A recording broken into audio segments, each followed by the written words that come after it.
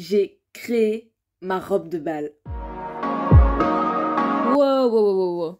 On va recommencer depuis le début.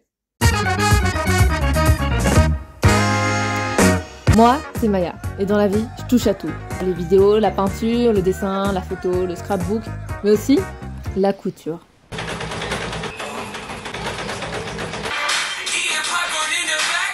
Avant de commencer, il faut savoir que je n'ai jamais pris de cours, je ne sais pas faire de patron et j'ai une machine datant du Moyen-Âge.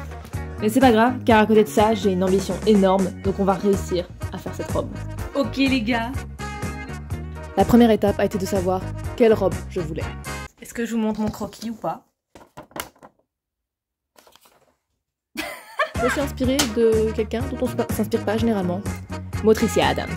Je voulais un haut assez moulant, mais par contre la jupe je la voulais un peu différente, je voulais quand même qu'elle parte en mode un peu princesse mais pas trop, enfin vous allez comprendre. Après avoir choisi quelle robe je voulais, j'ai dû aller acheter du tissu. C'est là? Alors, je suis en train d'hésiter de fou. Soit ça, soit le satin argenté. Tu vois, j'ai envie de la couleur quand même. Celui-là. Tu vois, le blanc, je me dis que ça pourrait être pas mal. Un puff de blanc, quoi. I don't know. J'ai trouvé, pour faire une robe inspiration Motricia Adams, j'ai trouvé mon coup de cœur. Il est un peu brillant, il est élastique. Tu vois, j'ai envie de la couleur quand même. Après avoir tourné pendant 1h30 dans le magasin, avoir hésité entre plusieurs sortes de tissus et plusieurs couleurs, je suis ressortie avec un tissu noir. La deuxième étape était donc accomplie.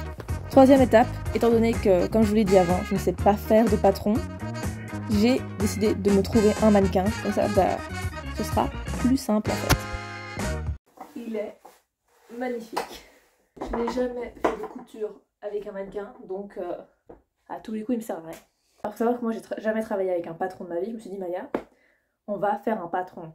J'ai regardé plein de tutos, miskin, je suis nullissime en patron, je ne comprends rien du tout. J'ai décidé de faire à la bonne vieille franquette, c'est-à-dire sans patron. Il faut savoir que le mannequin a presque les mêmes mensurations que moi, à quelques centimètres près, du coup je suppose que ça va aller. Donc voilà, faut commencer par le top.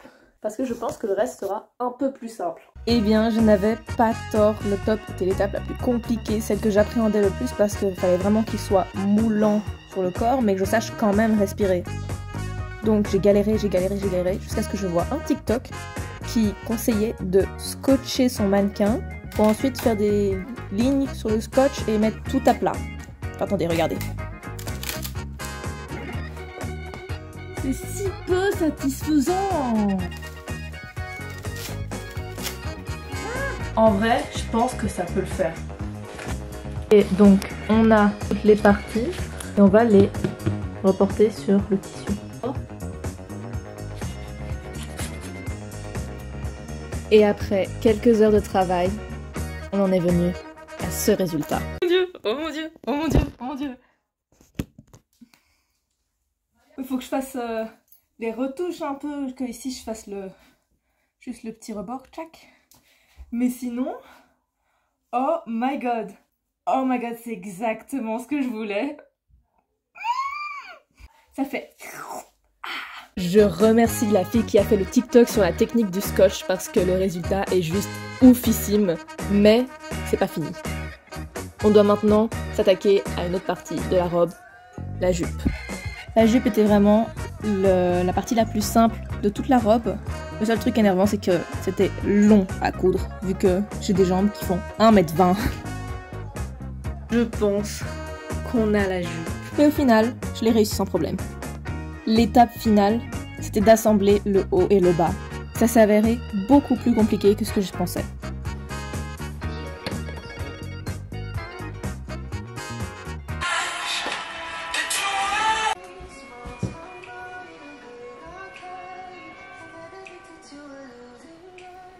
C'était vraiment super dur.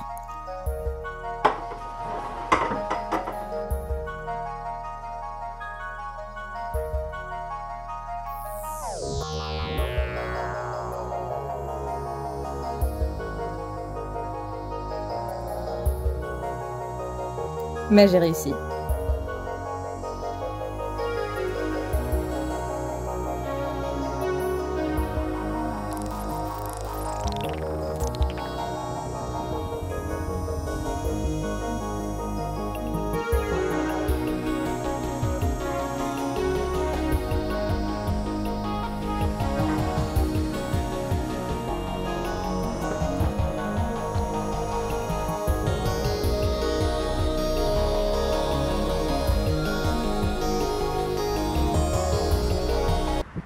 Ah bah non.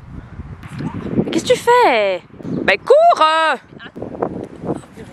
bah non, j'ai pas fini. Ah pardon.